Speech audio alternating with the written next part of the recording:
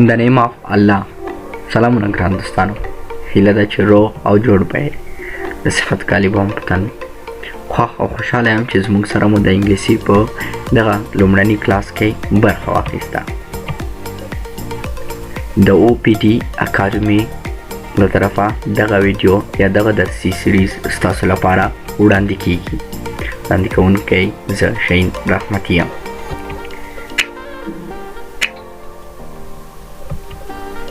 انګلیش ګرامر دوستانو، دغه کوم سیریز چې دی موږ غواړو تاسو لپاره د انګلیسي د ګرامر په اړه وغږیږو، کوم چې د بیګینر یا د لومړني لیول څخه به شروع کیږي. لیسن 1 لومړنی درس. اول ګرامر څه ته ویل کیږي؟ دوستانو دا چې لومړني یا بیسیک لیول درسونه دي، نو ستاسو لپاره مو دغه تعریفونه په پښتو ژبه لیکلي. ګرامر په لنډو او اړینو ټکو کې په دې ډول تشریح کولی شو. اول ګرامر د هغه قواعدو له مجموعې څخه عبارت دی چې موږ څه ډول په یوې ژبې باندې خبرې اترې ترسره کړو. یعنی ګرامر هغه قواعد دي چې د یوې ژبې خبرې اترې جوړوي یا منظمې کوي. ګرامر له هغه قوانینو څخه عبارت دی چې موږ ته دا لارښوونه کوي چې څنګه کولی شو سمې خبرې او دقیقه لیکنه ترسره کړو. یعنی ګرامر د یوې ژبې د زده کړې قوانین دي. بغیر له ګرامر څخه موږ نشو کولی چې په سم ډول لیکنه وکړو یا هم په سم ډول خبرې وکړو، کوم چې د یوې ژبې اړین اصول دي. لومړنی درس مو د انګلیسي ژبې د الفابا توري دي. د انګلیسي ژبه په عمومي توګه 26 د الفابا توري لري چې د انګلیسي ژبې د الفابا توري د لیکلو په اساس په دوه ډوله دي.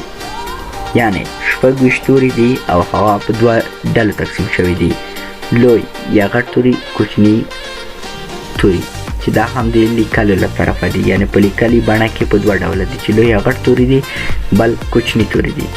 د انګلیسي ژبې د الفابا توري: لوی توري یا کاپیټل لیټر. کاپیټل لیټرز هم د لوی تورو په معنا ده.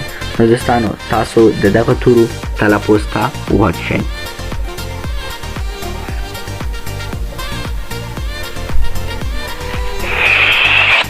A B C D E F G H I J K L M N O P Q R S T U V W X Y Z. دوستانو تاسو د دغه تلفظ واوریدو، زه یې بیا تکراروم. A B C D E F G H I J K یا هم کا L M N O P Q R S T U V W X Y Z یا هم Z.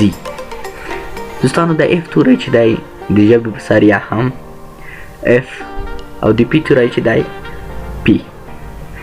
لومړنی توری A دی یعنی A، بل د E توری دی E. بل دوستانو د انګلیسي ژبې د الفابا کوچنی توري دي یا سمال لیټرز دي. کوچنی توري چې دي دوستانو هغه په دغه شکل کې تاسو لیدلی شئ. دوستانو د انګلیسي ژبه 15 واویل توري لري یا هم د غږ لرونکي توري هم ورته ویلی شو چې عبارت دي له A E I O U څخه. د غږ لرونکي او واویل ټکو لپاره چې د لغت په لومړي سر کې راشي، نو موږ لاندې قاعدې لرو. هر کله دوستانو چې واویل حروف د لغت په سر کې راشي، نو موږ ځینې قاعدې لرو د هغه لپاره.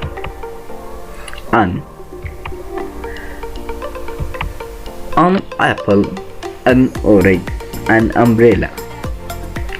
دوستانو هر کله چې په یو جمله کې البته په یو لغت کې د لغت په سر کې واویل حروف راغلی او د ای دپاره ان یا ام استعمالیږي، لکه مثال ان اپل لومړنی توری ا دی، ان اورنج لومړنی توری او دی، ان امبریلا لومړنی توری یو دی.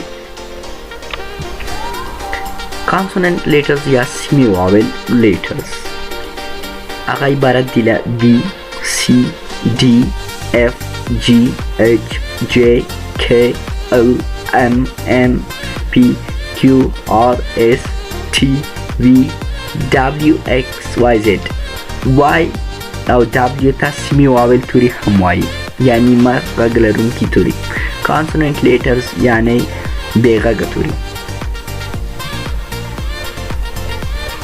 په لاندې مثالونو کې تاسو د غږ لرونکو یا واول ټکو رول په وضاحت سره لیدلی شئ. ټراک که یو نه وي نو تلفظ کې مشکل راځي، یعنی ټراک هغه ډول نه تلفظ کېږي. ټراک ټراک.